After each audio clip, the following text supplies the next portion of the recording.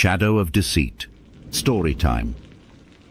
The rain fell hard that evening, washing the glass walls of the office building like the heavens wanted to cleanse more than just dirt.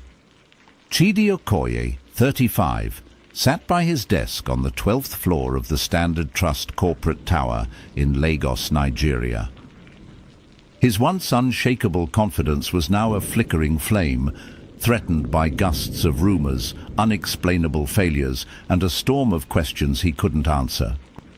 For months, things have been going wrong, his projects sabotaged, deadlines missed, and trust with his colleagues crumbling like dried leaves. What hurt the most was the way people started looking at him, suspicious, judgmental, distant. Chidi, who used to command rooms with quiet charisma, was now a ghost lingering in the corridors of doubt. He knew someone was behind it all. Whispers of betrayal clung to the air, but he couldn't pin it down. Not until today. Earlier that morning, his boss, Mr. Olufemi Johnson, a middle-aged Nigerian, had called him into the office. The tone was formal, too formal for a man who once toasted Chidi at his daughter's wedding. Chidi, it's time we had an honest conversation. There are concerns, serious ones, about your leadership, your conduct. There are files, emails, reports from your own team. Chidi's hands shook slightly. He had always been meticulous, loyal, and transparent. He asked for the details. Olufemi hesitated, then said one name. Stanley Nwachukwu. The air left his lungs. Stanley, his friend of 27 years, the best man at his wedding, the godfather of his only son, the one who sat with him through his mother's funeral, and who once pawned his watch to help Chidi pay rent in their struggling 20s. Stanley had been feeding their boss, Mr. Olufemi Johnson, and other key executives a stream of information, some exaggerated, some entirely fabricated. He told them Chidi had been hiding performance reports, pushing blame onto others, manipulating figures.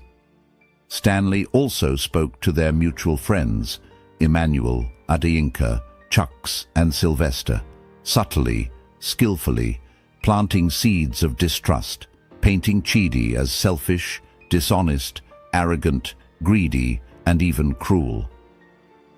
All the while he smiled over coffee, laughed at old jokes, calling him my brother for life in the presence of many, and offered Chidi consolation when things started falling apart.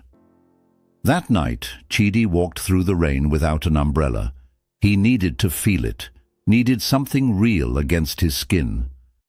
He ended up at a bar they used to frequent, back when the world felt simpler. And there he was, Stanley, seated comfortably in the corner booth, laughing with Chidi's ex-girl's friend Rita, a 29-year-old lady from western Nigeria. The same girl Stanley made Chidi break up with 2 years ago.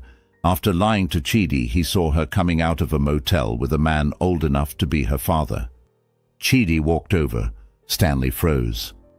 Hey, Chidi, wasn't expecting you here. Chidi sat. Tense silence. Why?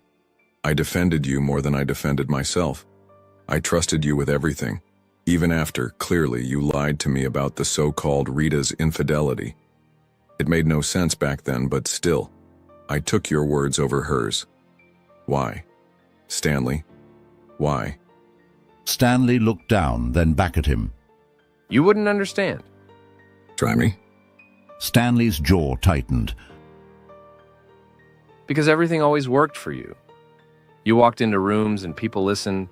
You got the praise, you got the promotions, the respect, and even the woman of my dreams, Rita. I've worked just as hard, maybe harder, and I was still the guy standing behind you. Always you. So you destroyed me because you were tired of standing next to me?